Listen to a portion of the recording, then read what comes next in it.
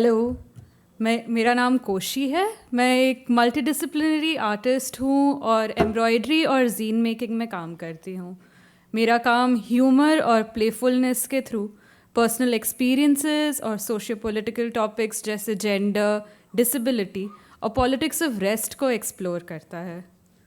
I will just wait for the presentation to start.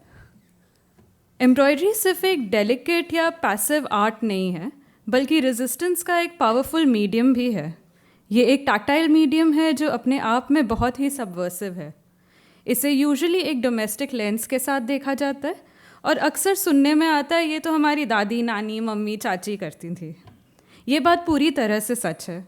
घर की औरतें इस काम को करती हैं, लेकिन इसका ये मतलब नहीं है कि इस काम की वैल्यू नहीं है, इस काम में स्किल नहीं है या एनर्जी नहीं लगती। और जिस काम में ये सब स्किल, टाइम, एनर्जी और लेबर जाता है, उस काम को उसके हर कैरेक्टरिस्टिक्स के साथ देखा जाना चाहिए। इंडिया में हमारा टेक्सटाइल हेरिटेज बहुत बड़ा और डाइवर्स है। इसमें काम करने वाले ज़्यादातर ओप्रेस्ड कास्ट से आते हैं। उसमें भी जिनको इस काम के लिए पैसे मिलते हैं वो यूजुअली आदमी होते हैं। औरतें तब भी ये काम अनपेड करती हैं। ये भी काफ़ी इंटरेस्टिंग है कि जब ये काम औरतें करती हैं तो वो सामूहिक तौर से करती हैं, ग्रुप में बैठकर एक दूसरे के साथ। इसी अनपेड लेबर और अंडर अप्रिशिएटेड स्किल को अब आर्टिस्ट्स एक स्टोरी टेलिंग और डिफाइंस के मीडियम के रूप में रिक्लेम कर रहे हैं। Next slide. डिसेबिलिटी मेरे काम में रेगुलरली दिखता है। मुझे खुद क्रॉनिक इलनेस है जिसके कारण मुझे डायनेमिक डिसेबिलिटी है। मुझे ये काफ़ी स्ट्रेंज लगता है कि हम डिसेबिलिटी इस शब्द से कितना डरते हैं। Differently abled, not disabled. पर मुझे लगता है जब आप डिसेबल्ड शब्द यूज़ नहीं करते तो आप एबल बॉडीडनेस की बात करते हैं और प्रोडक्टिविटी को इम्पॉर्टेंस देते हैं, जबकि ध्यान देना चाहिए एक्सेसिबिलिटी और अकोमोडेशन पर। एक एबल बॉडीड पर्सन को डिसेबिलिटी की छोटी छोटी चीज़ें समझ में आना तो दूर की बात है, उनको वो दिखती भी नहीं है। मैं अपने काम के थ्रू इस इनविजिबिलिटी को विजिबल करने की कोशिश करती हूँ। सैड एक हैंडवोवन टेक्सटाइल आर्ट है जिसमें सैड, जो कि सिक एंड डिसेबल्ड का एक्रोनिम है, 2 कलर्स में वीव किया हुआ है, sometimes hidden, sometimes clearly visible. इसी तरह इलनेसेस, डिसेबिलिटी कई बार विजिबल और कई बार अनविजिबल होती है। Next slide. मेरा ये आर्टवर्क फ्रोज़न एक आर्टिस्ट्स बुक है। ये एक ऐसी किताब है जो पूरी तरह से खुलती नहीं है। ये काम मेरे एंडो सिबलिंग्स से इंस्पायर्ड है। हम में से ऐसे कई लोग हैं जिन्हें फ्रोज़न पेल्विस होता है। इसमें आपके सारे पेल्विक ऑर्गन एक दूसरे से अडियर्ड, मतलब चिपके हुए होते हैं और उनका मूवमेंट रिस्ट्रिक्ट हो जाता है।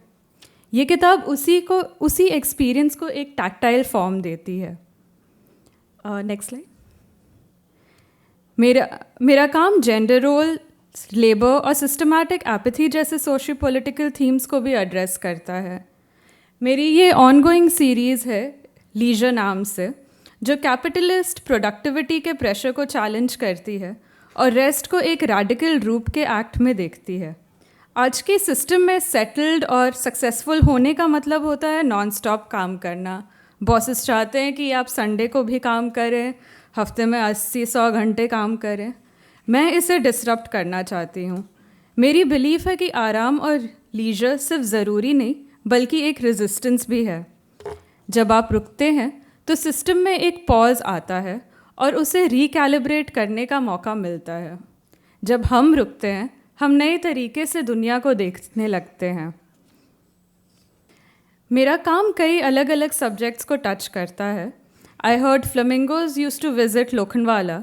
इकोलॉजिकल लॉस पर एक मेडिटेशन है जो एम्ब्रॉयडरी की स्लो मेडिटेटिव नेचर को एक मेमोरी टूल के तरह यूज़ करता है। Meanwhile I am fucked political despair और सिस्टमैटिक एपैथी को एड्रेस करता है। स्लो हैंड स्टिचिंग का यूज़ एक एक्ट ऑफ परसिस्टेंस के रूप में किया गया है, एक refusal to be erased. Next slide. मेरा ये काम तोरण, इंडियन ट्रेडिशनल तोरण से इंस्पायर्ड है, लेकिन इसमें ऑस्पिशियस सिंबल्स के बदले मैंने अपने पसंदीदा 7 मीट और फिश बेस्ड डिशेस के नाम और इंग्रेडिएंट्स क्रॉस स्टिच किए हैं। Next slide.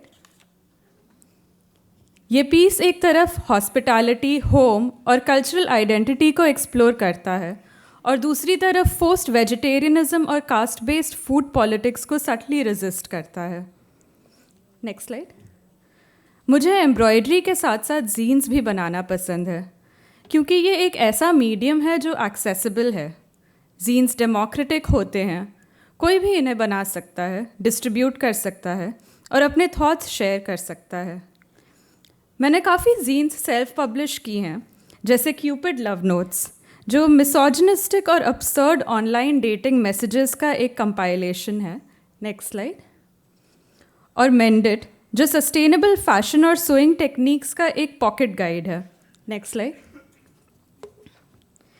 ये मेरी पहली जीन थी, इसका नाम है फ्लफ़ी। ये एक माइक्रोजीन है और ये कुछ ही लाइनों में जेंडर आइडेंटिटी, लव और फ्रेंडशिप की कहानी सुनाती है। Next slide. जीन्स भी एम्ब्रॉयडरी की तरह एक रेजिस्टेंस का मीडियम है और ये एक लव लेटर हो सकता है, एक प्रोटेस्ट हो सकता है, एक सर्वाइवल मैनुअल हो सकता है। सब कुछ इस बात पर डिपेंड करता है कि आप क्या कहना चाहते हैं। अब जेन ज़ी और जेन अल्फ़ा बाकी हर उनसे पहले आने वाली जनरेशन की तरह already existing mediums of story telling जैसे digital culture, memes, DIY culture को यूज़ करते हुए नए तरीके से स्टोरी टेलिंग करने के मीडियम्स एक्सप्लोर कर रही है। डिजिटल स्टोरी टेलिंग्स में कभी हाइपर विजिबिलिटी का प्रेशर होता है या तो कभी अनोनिमिटी का फ्रीडम। अभी की ट्रेंडिंग स्टोरी टेलिंग में स्पीड और इमीडिएसी होती है।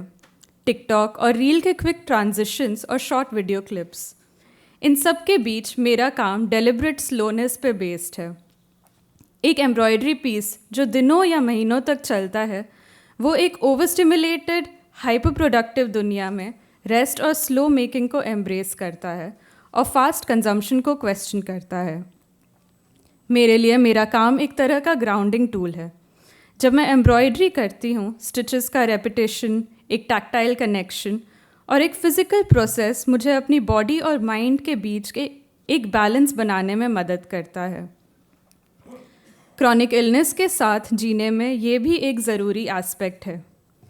पेन और अनसर्टेनिटी के बीच एक प्रोसेस जो स्लो, इंटेंशनल और कंट्रोल्ड है, वो एक एंकर का काम करता है। मेरा मानना है कि आर्ट का सल्यूशन होना ज़रूरी नहीं है, लेकिन ये एक टूल बन सकता है जिसमें हम अपनी इमोशंस को प्रोसेस कर सकें और अगर चाहें तो उसे एक सोशल और पॉलिटिकल रिस्पॉन्स भी क्रिएट कर सकें। एम्ब्रॉयडरी, जीन्स और सेल्फ पब्लिशिंग जैसे मीडियम्स को अक्सर फ्रिंज मीडियम्स माना जाता है, लेकिन ये मेरे लिए स्टोरी टेलिंग, रेजिस्टेंस और विजिबिलिटी के पावरफुल टूल्स हैं। चाहे वो सिलाई हो या लिखाई हो, ये सब छोटी छोटी चीज़ें मिलकर एक बड़ा इम्पैक्ट बनाती हैं। मेरा काम यही दिखाता है कि कैसे स्मॉल एक्शंस भी दुनिया को क्वेश्चन कर सकते हैं, नए तरीके से सोचने पर मजबूर कर सकते हैं और एक ऐसी कहानी बनाता है जो मिटाई नहीं जा सके। मुझे उम्मीद है कि मैं आगे भी ये थीम्स एक्सप्लोर करती रहूँगी। बॉडीज़, लेबर और कलेक्टिव मेमोरी को नए एंगल्स से देखने की कोशिश करती रहूँगी। Thank you.